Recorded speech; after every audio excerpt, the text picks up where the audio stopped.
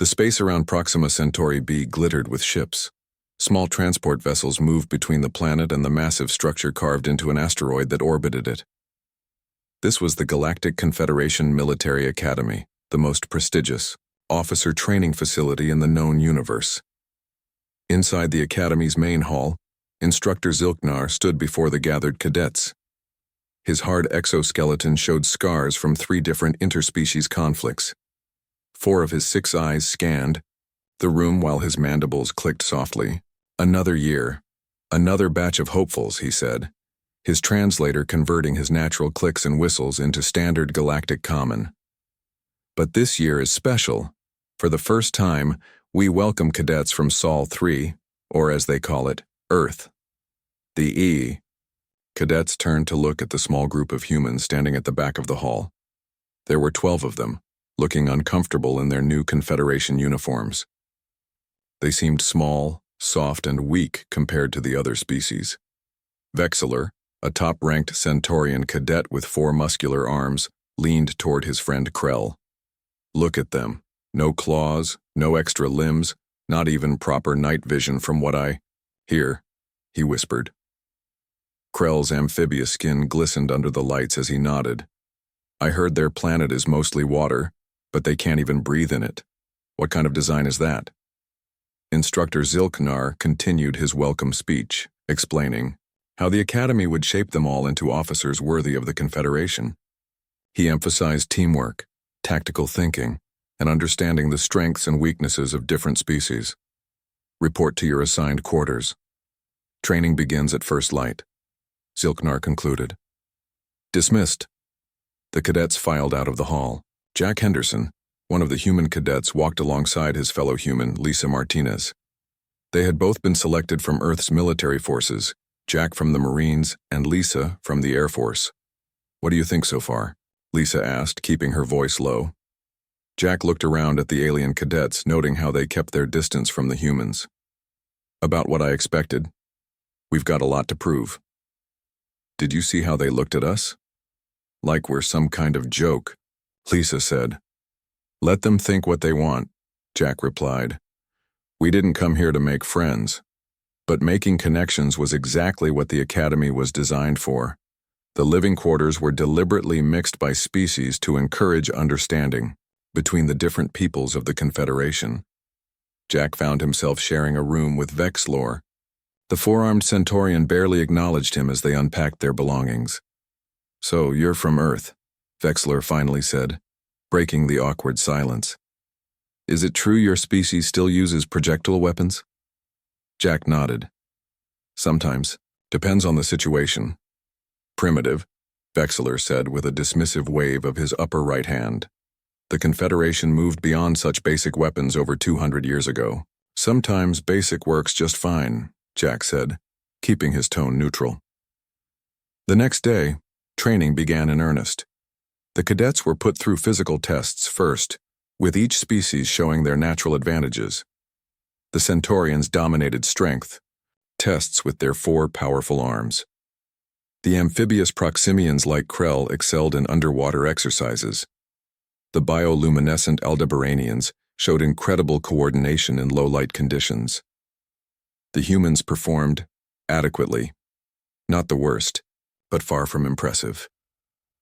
During a break between exercises, Mikal, a female Aldebaranian whose skin pulsed with gentle blue light, approached Lisa. Your endurance is surprising, Mikal said, her large eyes blinking in sequence rather than together. You kept running long after I thought you would stop, Lisa smiled. Thanks. Humans may not be the strongest or fastest, but we can keep going for a long time. A curious adaptation, Mikal replied, but of limited use in modern combat, surely. Before Lisa could answer, Instructor Zilknar called the cadets back to attention. He stood before a large holographic display at the center of the training area. Combat simulations are only part of being an officer, he said. Understanding is equally important. Each team will research the military history of another species and present your findings in 2 weeks. The assignment details appeared on the display. Jack saw that his team would be studying the Vespula, an insectoid species known for their hive mind tactics. Vexler raised one of his hands. Instructor, which team will study the humans? Zilknar's mandibles clicked in what might have been amusement. Your team has that honor, Cadet Vexler. Vexler looked at his teammates, Krell, Mikal, and two others. They seemed pleased with the assignment. Jack could guess why. They thought it would be easy. Later that day, Vexler's team gathered in one of the Academy's research rooms. The walls were lined with data terminals that could access the Confederation's vast archives. This shouldn't take long, Vexler said, settling into a chair designed for his four-armed body. Humans have only achieved spaceflight recently. Their military history must be brief. Krell took a seat next to him. Maybe we'll learn why they haven't wiped themselves out yet. The rest of the team laughed, a strange mix of sounds from their different vocal organs. Mikal's skin flashed in patterns that indicated amusement among her kind. Let's start with an overview, Vexler said, activating the terminal. Computer, display human military history timeline.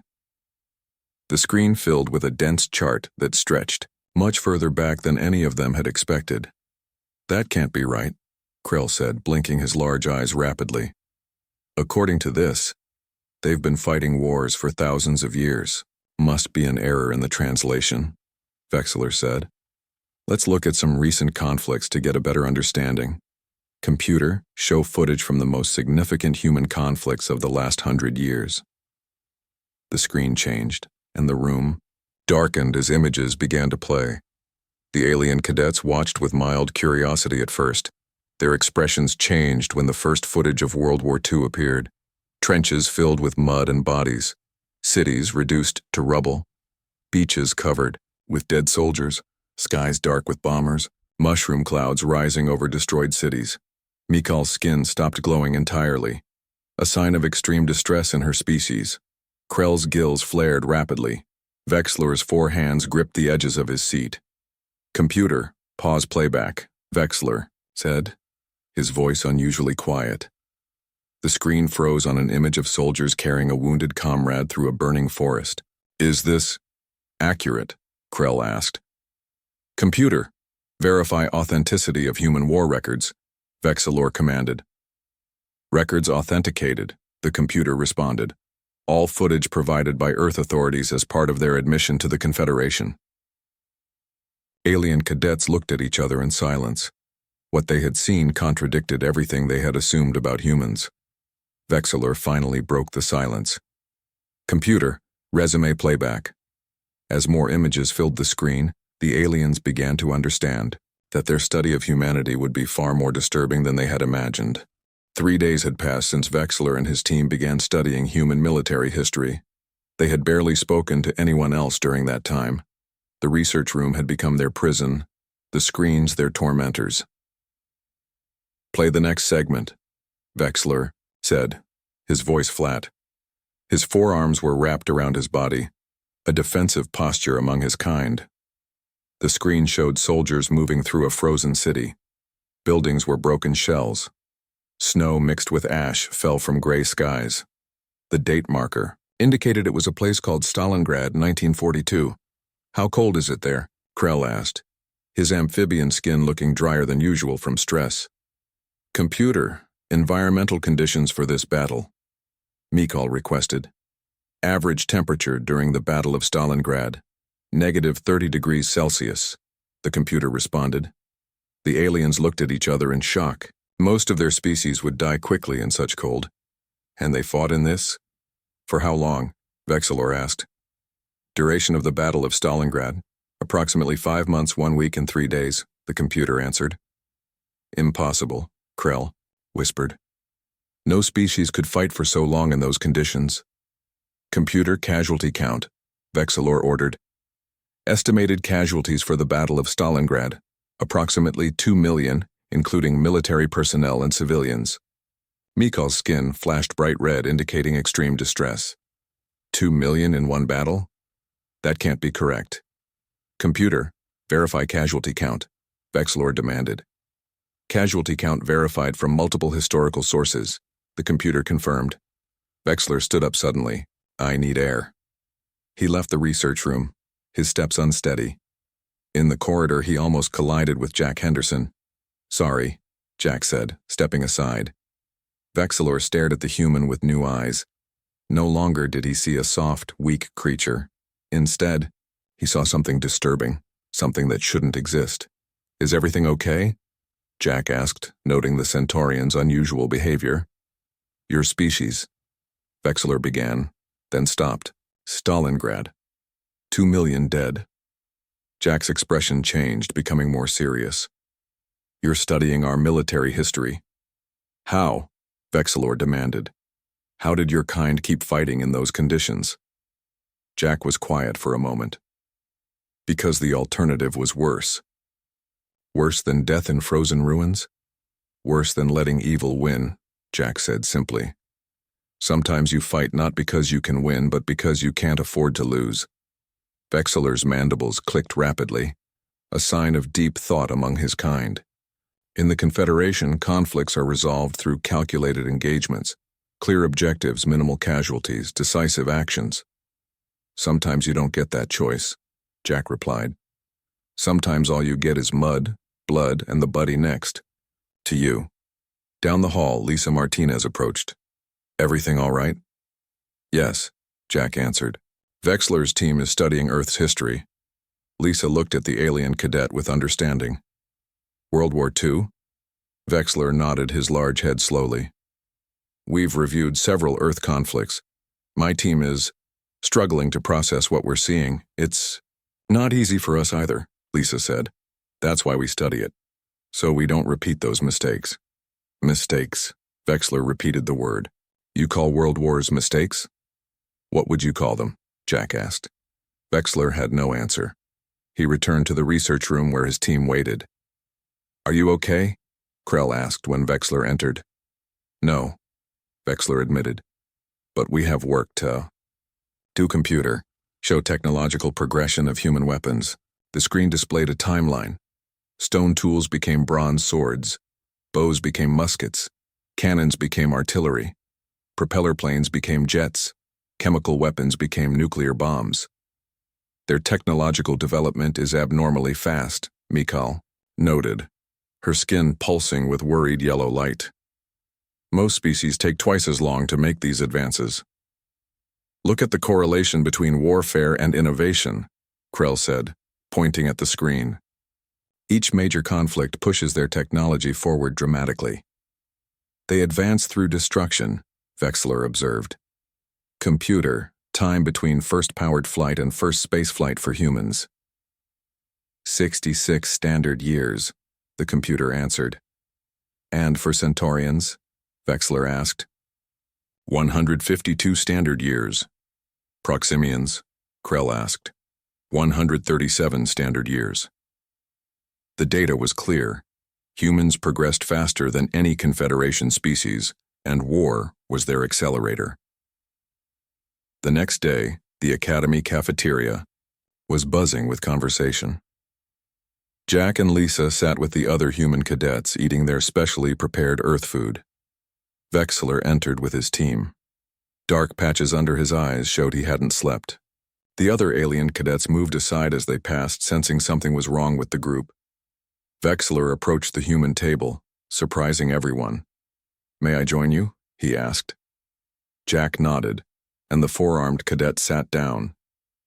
"My team has been watching your Vietnam War," Vexilor said without preamble. "We have questions."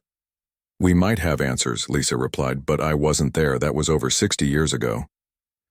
"The footage shows your soldiers suffering," Vexilor said carefully. "Not just from weapons, but from the environment, from illness, from something your records call post-traumatic stress." Jack nodded. "War isn't just about who has the better weapons."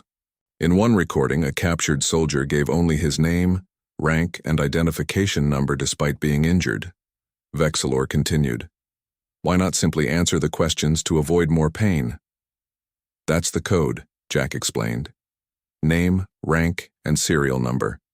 It's about honor, about not betraying your comrades even when it would be easier to give in." Vexilor's upper hands rubbed his temples, a gesture he had picked up from watching humans. "Honor in suffering. It makes no tactical sense." "Not everything," About war makes sense, Lisa said. That's something your research might not show you. Later that afternoon, Instructor Zilknar summoned Vexlor to his office. The room was sparsely decorated with only a few mementos from the instructor's military campaigns. Your team requested to be relieved of your research assignment, Zilknar said, his mandibles clicking in disapproval. Explain. Vexlor stood at attention. The human military history is causing significant distress among my team, Instructor. Distress? Zilknar repeated. You're training to be Confederation officers. Distress is part of the job. With respect, sir, what we're seeing in human history goes beyond normal military action. The scale of death, the conditions they fight in, the duration of their conflicts, it's unlike anything in Confederation records. Zilknar's scarred exoskeleton gleamed under the office lights. And that is precisely why you will continue your assignment. Sir, the Confederation Council did not admit Earth on a whim, Cadet Vexler. They recognized something valuable in humans, something your research is helping to identify. Their capacity for violence? Vexler asked. Their capacity for survival, Zilknar corrected. Against all odds, against environments that should kill them, against weapons designed to annihilate them. They survive. More than that, they prevail. Vexler considered this. So we continue. You continue, Zilknar confirmed, and you will present your findings to the entire Academy. The humans are now part of the Confederation. Understanding them isn't optional, it's essential. When Vexler returned to his team, they could see the answer on his face. We're continuing? Krell asked. Yes, Vexler said. But I think we've been looking at this wrong. We've been seeing only the horror of human warfare. Instructor Zilknar suggests we look for something else. What could possibly balance such destruction? Mikkel asked, her skin dim with fatigue. Why they fight, Vexler answered, and how they still believe in peace after all they've done to each other. He turned to the computer again. Computer, show me examples of human bravery, sacrifice, and humanitarian actions during wartime. The screen lit up with new images. Soldiers, running into gunfire to save wounded comrades. Medics treating enemy soldiers. People hiding others from genocide at risk to themselves. Relief missions bringing food to former enemies. Vexler and his team watched in silence, beginning to see a fuller picture of humanity's complexity. Presentation day arrived too quickly for Vexler and his team. The large auditorium was filled with cadets and instructors, all eager to learn about the different species in the Confederation. Vexler stood backstage with Krell, Mikkel, and the other two team members checking their presentation materials one last time. Are we really going to show the nuclear weapon footage? Krell asked, his webbed fingers fidgeting with the data pad. We have to, Vexler said. It's part of who they are. We can't understand humans without understanding what they've done to each other. Mikkel's skin flickered with nervous blue lights. The other presentations will be so normal. The Arcturians will talk about the Proximian water battles. The Rigelians will discuss Centaurian honor duels. And we'll be showing human reality. Vexler finished for her. It's not pretty, but it's important. On stage, a team was finishing their presentation about the peaceful Aldebaranian diplomatic missions. The audience applauded politely. Instructor Zilknar stepped forward. Next, we will hear from Vexler's team on the military history of our newest Confederation members, humans. The 5 alien cadets walked onto the stage. Vexler took his position at the center while the others arranged themselves beside the large display screen. Our research assignment was to study human military history, Vexler began, his voice steady despite his nervousness. What we discovered changed how we see not just humans, but conflict itself. He nodded to Krell, who activated the display. A timeline appeared, showing thousands of years of human warfare. Humans have been fighting each other since before they could write, Vexler explained. Unlike most Confederation species who had periods of peace between conflicts, human history shows constant warfare somewhere on their planet.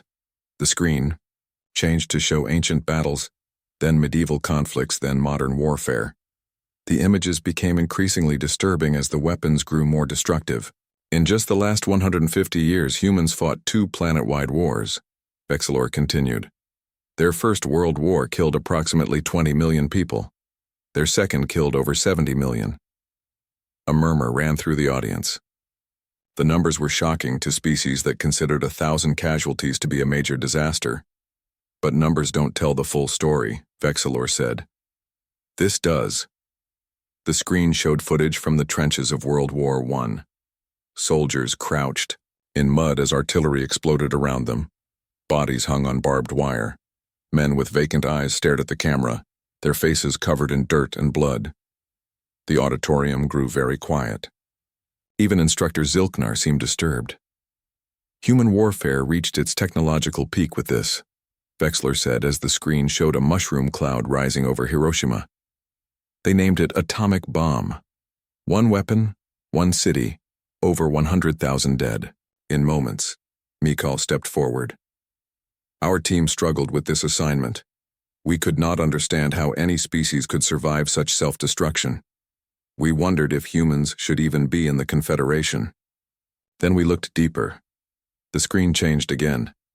Now it showed medics treating wounded enemies, soldiers sharing food with hungry children in war zones, former enemies rebuilding cities together. Humans fight with a brutality that shocked us, Mikhail said, her skin glowing with a calm blue light now. But they also heal, rebuild, and forgive with equal intensity. Krell took over. Most disturbing to us was how humans adapted to fight in conditions that would kill most Confederation species, in temperatures from -40 to +50 degrees Celsius, without food for weeks, without sleep for days, with injuries that would incapacitate any of us. The audience looked at the human cadets sitting in the front row. Jack Henderson and Lisa Martinez sat straight, their faces neutral but their eyes reflecting the weight of their species' history. Vexilor stepped forward again. Our research led us to a difficult conclusion.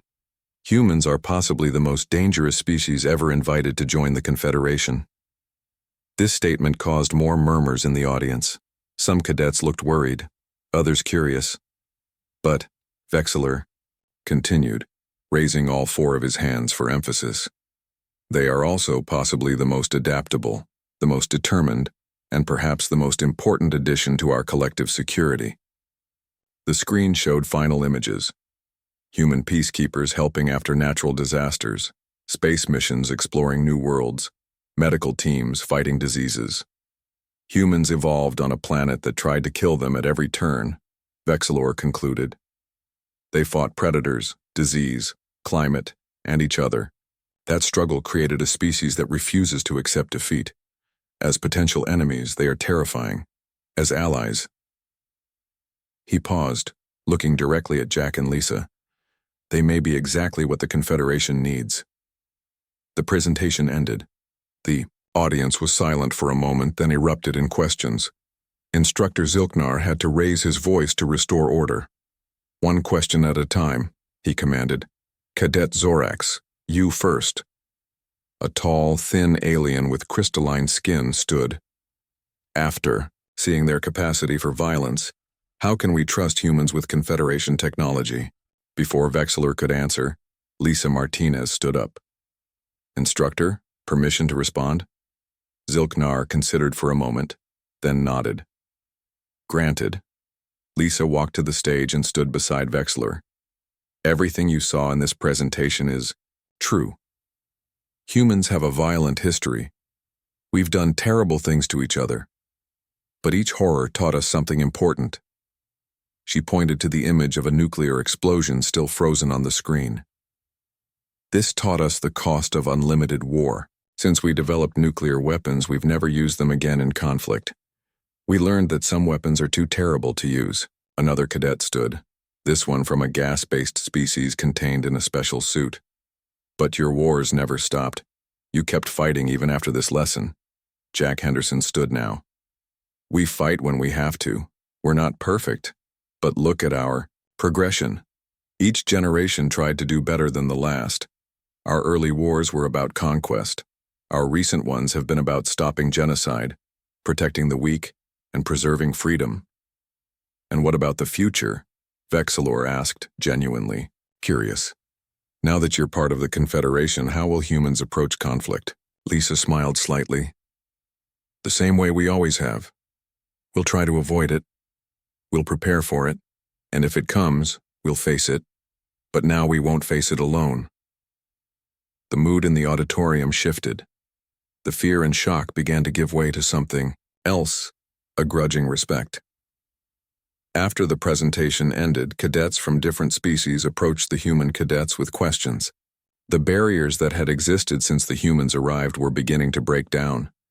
Vexilor found Jack in the crowd. Was our presentation accurate? He asked. Jack thought for a moment. You showed the truth. Not all of it. That would take years, but enough to understand us. I still don't understand how your species survived its own violence, Vexilor admitted. Jack's expression was serious. Sometimes I don't either, but maybe that's our greatest strength. We keep going even when we don't understand why. Instructor. Zilknar approached them. An enlightening presentation, Cadet Vexilor. Tomorrow, regular training resumes.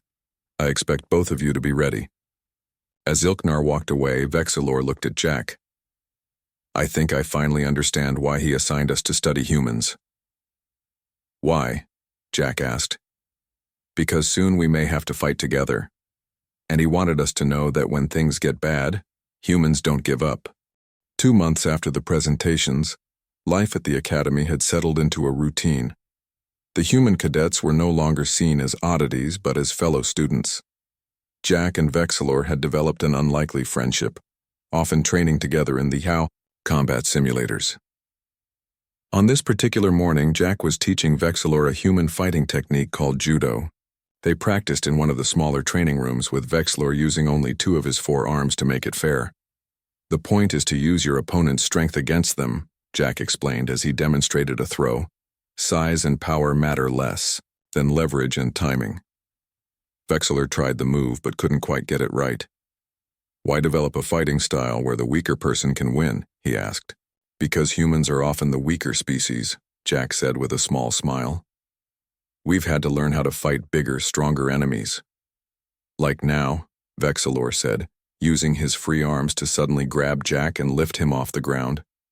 They both laughed as Vexilor set Jack down again. This kind of friendly competition had become common between them. Their practice was interrupted when the academy's alarms began to blare. Red lights flashed in the corridors. What's happening? Jack asked. Immediately alert. Vexilor's antennae twitched rapidly. Attack alarm. But we're not scheduled for a drill today. They rushed out into the corridor, which was filling with confused cadets. Lisa Martinez ran toward them from the direction of the command center. Jack, it's not a drill, she shouted. Over the noise. The Vespula have attacked 3 Confederation outposts, including the research station in this system. The Vespula were an insectoid species that had refused to join the Confederation. They were known for their aggressive expansion and hive mind fighting tactics. All cadets report to defensive positions, announced the Academy's automated system. This is not a drill, repeat. This is not a drill. Suddenly, a different alarm sounded. Internal security breach detected. Communication systems compromised. Jack, Lisa, and Vexilor looked at each other in shock. An attack from outside combined with sabotage from within was a worst-case scenario. The command center, Lisa said urgently. I was just there. Instructor Zilknar and the other teachers were cut off when the security systems failed. Before they could react, an explosion shook the academy. The lights flickered and went out, replaced seconds later by dim emergency lighting. They're inside. The academy, Vexilor said, his voice tight with tension. His natural instinct was to seek orders from superiors, but that wasn't possible now. Jack's mind raced through the scenarios. Without hesitation, he began giving orders. Lisa, find the other human cadets. Get to the armory if you can. Vexilor, we need to gather as many cadets as possible and secure key areas. The protocols say we should lock down in the dormitories during an attack, Vexilor argued. The protocols assume the defense systems are working, Jack countered. We need to adapt. Lisa nodded and took off down the corridor. Other cadets were standing around in confusion, waiting for instructions from their teachers. Listen up. Jack shouted to them. The Academy is under attack. The Vespula have breached our defenses and communications are down. We need to organize. Some of the alien cadets looked skeptical. Why should they listen to a human? But Vexilor stepped forward. Jack is right, he said, his forearms gesturing for attention. I've studied human warfare. They excel at adapting to chaos. Right now, we need that skill. Another explosion, closer this time. The sounds of fighting could be heard from the direction of the main entrance. Jack quickly assigned teams. Centaurians and Proximians secure the power core. Aldebaranians, your night vision is best. Check the ventilation systems for intruders. Rigelians, your tough skin makes you best for rescue operations. Find injured cadets and get them to safety. To Jack's surprise, they followed his orders without question. The emergency had overridden the usual chain of command. Vexler stayed with Jack as they moved toward the armory. What about the youngest cadets? He asked. The first years. In the East Wing? Jack hadn't forgotten them. That's where we're going next, but we need weapons first. They turned a corner and came face to face with 3 Vespula warriors. The insectoid creatures were tall, with 4 arms like centaurians, but with hard exoskeletons, covered in sharp spines. They carried energy weapons and moved with eerily coordinated precision. Jack and Vexilor ducked back around the corner just as energy blasts hit the wall where they had been standing. 3 enemies, energy weapons, no cover in the hallway, Jack assessed quickly. We need a distraction. Vexler looked around and spotted a maintenance panel. The fire suppression system. We could trigger it. Jack nodded. Do it. Vexler ripped open the panel and crossed several wires. Immediately, foam began spraying from ceiling nozzles, filling the corridor with thick white clouds. Jack waited until the foam was dense, then motioned to Vexilor. Now. Low and fast. They rushed through the foam-filled corridor, staying below the likely firing line of the Vespula. Jack could hear the confused clicking sounds of the insectoids trying to find targets in the obscured passageway. They made it past the Vespula and continued toward the armory. When they arrived, they found Lisa already there with several other human cadets. They had secured the room and were distributing weapons. Stun batons and shield generators only, Lisa was saying. Lethal force is last resort. Jack was proud to see that even in this crisis, the humans were following Confederation rules of engagement. What's the situation? He asked Lisa. Bad, she replied. The Vespula hit 3 key systems simultaneously. They have control of the main hangar and communications center. Instructor Zilknar and 5 other teachers are trapped in the command center. And we've identified at least 15 infiltrators inside the academy. Infiltrators? Vexilor asked. How did they get past security? A grim-faced Aldebaranian cadet answered. They had help. 2 of our instructors were Vespula sympathizers. They disabled the security systems from inside. Jack took a shield generator and a stun baton. Priority 1 is the first-year cadets. They're the most vulnerable. I set up a triage center in the mess hall, Lisa added. The Rigelians are bringing injured cadets there, Jack nodded. Good. Vexler, take 4 cadets and get to the command center. Try to free the instructors. And you? Vexler asked. I'm going after the first years, Jack said. Lisa, maintain this position and coordinate our efforts. As they prepared to split up, Vexler pulled Jack aside. I understand now, he said quietly. Understand what? Jack asked. What we saw in your war footage, how humans operate when everything falls apart. Vexilor's eyes showed new respect. You don't freeze. You don't panic. You act. We've had a lot of practice with disaster, Jack said with a grim smile. Let's hope it's enough. They clasped arms, in the Centaurian gesture of comradeship, then went their separate ways, each leading teams of cadets into the chaos of the academy under attack. 6 hours into the attack, the academy had become a battlefield. Smoke filled many corridors. Emergency lights cast eerie red shadows. The sounds of fighting echoed through the once peaceful halls of learning. Jack moved carefully through the East Wing, leading a small team toward the first-year dormitories. They had encountered and subdued 2 Vespula warriors along the way. The young human carried a captured Vespula energy weapon now, though he kept it set to stun. Status report, Jack whispered into his communicator. Lisa had managed to restore short-range communications using equipment from the engineering lab. Command center secure, came Vexilor's voice punctuated by static. Instructor Zilknar is injured but alive. 6 Vespula neutralized. Mess hall holding, Lisa reported next. 27 injured cadets under treatment. Rigelians are maintaining a perimeter. Jack nodded to himself. Things were going better than expected, but they weren't out of danger yet. We're approaching the first-year dorms now. No contact with the instructors there. He signaled his team to stop at a junction. The dormitory entrance was just ahead, but 2 Vespula guards stood outside. They held weapons pointed at the door. Why are they so interested in the youngest cadets? Whispered a Proximian cadet named Drell. Hostages, Jack answered grimly.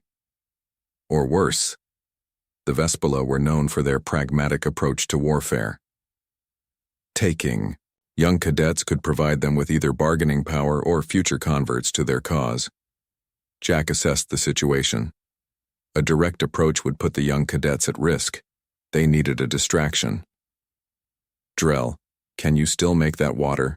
Bubble trick? Jack asked the amphibious cadet. Drell nodded. The Proximians could manipulate small amounts of water with their specialized glands, usually used for entertainment, not combat. Good. Create a sound distraction at the far end of the corridor, Jack instructed. The rest of us will take the guards when they investigate. The plan worked perfectly. When the Vespula heard strange splashing noises from down the hall, one moved to investigate. Jack's team quickly overwhelmed both guards, taking them down with well-placed stun blasts before they could call for help. Inside the dormitory, they found 30 young cadets from various species huddled together in fear. Their instructor, an elderly Rigelian, had been wounded trying to protect them. The academy is under attack, the instructor said weakly. We followed lockdown protocols, but they were trying to break in. You did well, Jack assured him. We'll get you all to safety. 1. Small Aldebaranian cadet, her skin barely glowing with fear-dimmed light, approached Jack. Are you really a human? She asked. Yes, Jack replied with a gentle smile. Our teacher said humans know how to fight better than anyone, the young cadet said. She said if anyone could save us, humans could. Jack was surprised. Just months ago, humans had been viewed with suspicion or dismissal. Now their reputation had shifted.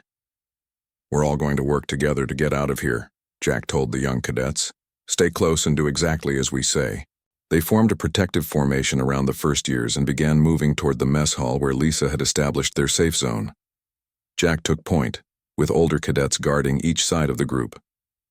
Meanwhile, in another part of the academy, Vexilor and his team had secured the command center.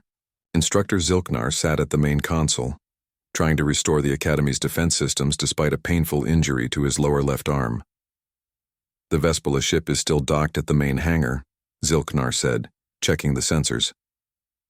Their main force is concentrated there. They're preparing for extraction, Vexilor observed.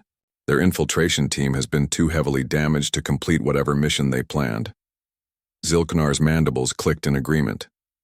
But they'll try to do as much damage as possible before leaving. The console beeped with an incoming communication. Lisa's voice came through. Command center, Jack has secured the first-year cadets. They're en route to the mess hall, but sensors show a large Vespula force moving to intercept them. Vexilor's antennae went rigid with alarm. They must be heading for the central junction. If Jack's team reaches it first, they'll be caught. In the open, Zilknar finished. Cadet Vexilor, take your team and provide support. Yes, sir. Vexilor gathered his cadets immediately. Before leaving, he turned to his instructor. Sir, request permission to use tactics we learned from studying human warfare. Zilknar looked surprised, then nodded. Do whatever you must to protect those cadets. Vexilor's team raced through the corridors. As they ran, he outlined his plan, a strategy he had seen in Jack's war footage. The Vespula fight as a coordinated unit. They expect their enemies to do the same. But humans learned to fight in small, adaptive groups. They reached a maintenance tunnel that would put them just behind where the Vespula were likely to ambush Jack's group. Instead of meeting them head-on, we'll attack from multiple directions, Vexler continued. Create confusion, break their coordination, just like human guerrilla tactics. His team split into 3 smaller groups, each taking different approach points. In the main corridor, Jack's team moved carefully with their young charges. They were approaching the central junction when Jack's instincts alerted him to danger. Hold, he whispered, signaling the group to stop. Something didn't feel right. The corridor ahead was too quiet, too still. Suddenly, his communicator vibrated. It was Vexler. Jack, Vespula ambush ahead. At least 12 warriors. We're in position behind them. On your signal. Jack smiled. Vexlor had learned well. Copy that. He responded quietly. He turned to his team and quickly explained the situation. On my mark, we create a diversion. Make noise, use light flashes, anything to grab their attention. But stay in cover. The human counted down with hand signals. When he reached 0, his team activated their shield generators and created a tremendous commotion. Light sticks flared. Cadets shouted, and decoy drones were launched down the corridor. The Vespula ambush team revealed themselves, firing at the distractions. That's when Vexilor's teams struck from behind and from the sides. The insectoids, suddenly caught between forces, lost their coordinated advantage. The battle was brief but intense. When it ended, all the Vespula were subdued, and only 3 Academy cadets had minor injuries. Vexilor approached Jack, all forearms showing minor burns from energy weapons. Human tactics, he said with something like a smile. Unpredictable, adaptive, effective. Centaurian execution, Jack replied, clasping his friend's upper right arm. Perfect timing, perfect positioning. Together, they escorted the first-year cadets to safety. By the time they reached the mess hall, news arrived that Confederation security forces had retaken the hangar and captured the Vespula ship. The attack was over. 6 weeks later, the Academy held a ceremony to honor those who had defended it. The Great Hall was packed with cadets and instructors. Representatives from the Confederation Council had arrived to present commendations. Instructor Zilknar, his injured arm now healed, addressed the assembly. What happened here was unfortunate but enlightening. The Vespula believed that by targeting our academy, they would find an easy victory over untrained cadets. He looked across the rows of cadets standing at attention. Instead, they found that the Confederation's strength lies in our diversity. Each species brought their unique abilities to our defense. Zilknar's gaze settled on the human cadets. And we learned something particularly valuable about our newest members. Humans don't just study war. They understand it at a level few of us can comprehend. They know how to function in chaos, how to adapt when plans fail, how to keep fighting when victory seems impossible. The instructor raised his hand and the assembly stood. Today we honor all who defended the academy, but we also recognize that sometimes the greatest wisdom comes from the most unexpected sources. After the ceremony, Vexilor found Jack and Lisa outside looking up at the stars visible through the academy's great dome. So, Vexler said, I hear you're both being assigned to the Confederation cruiser Vigilant for your first posting. That's right, Lisa confirmed. And you? The same, Vexlor replied, along with Krell and several others from our class. Jack smiled. Looks like we'll have more chances to learn from each other. I still have questions about humans, Vexlor admitted. About how you can witness so much horror and still believe in peace. About how you can fight so fiercely, yet show mercy to your enemies. Maybe that's the point, Lisa said thoughtfully. We've seen the worst that war can do. That's why we work so hard for peace. The 3 cadets, now officers, stood together in comfortable silence, watching the stars that would soon become their workplace. The academy behind them was scarred, but healing, much like the species it had brought together. Jack thought about how far they had come. from being viewed as primitive curiosities to being respected allies. It hadn't been an easy journey, but then again, nothing worthwhile ever was for humans. Ready for whatever comes next? He asked his friends. Both human and alien responded together. Ready,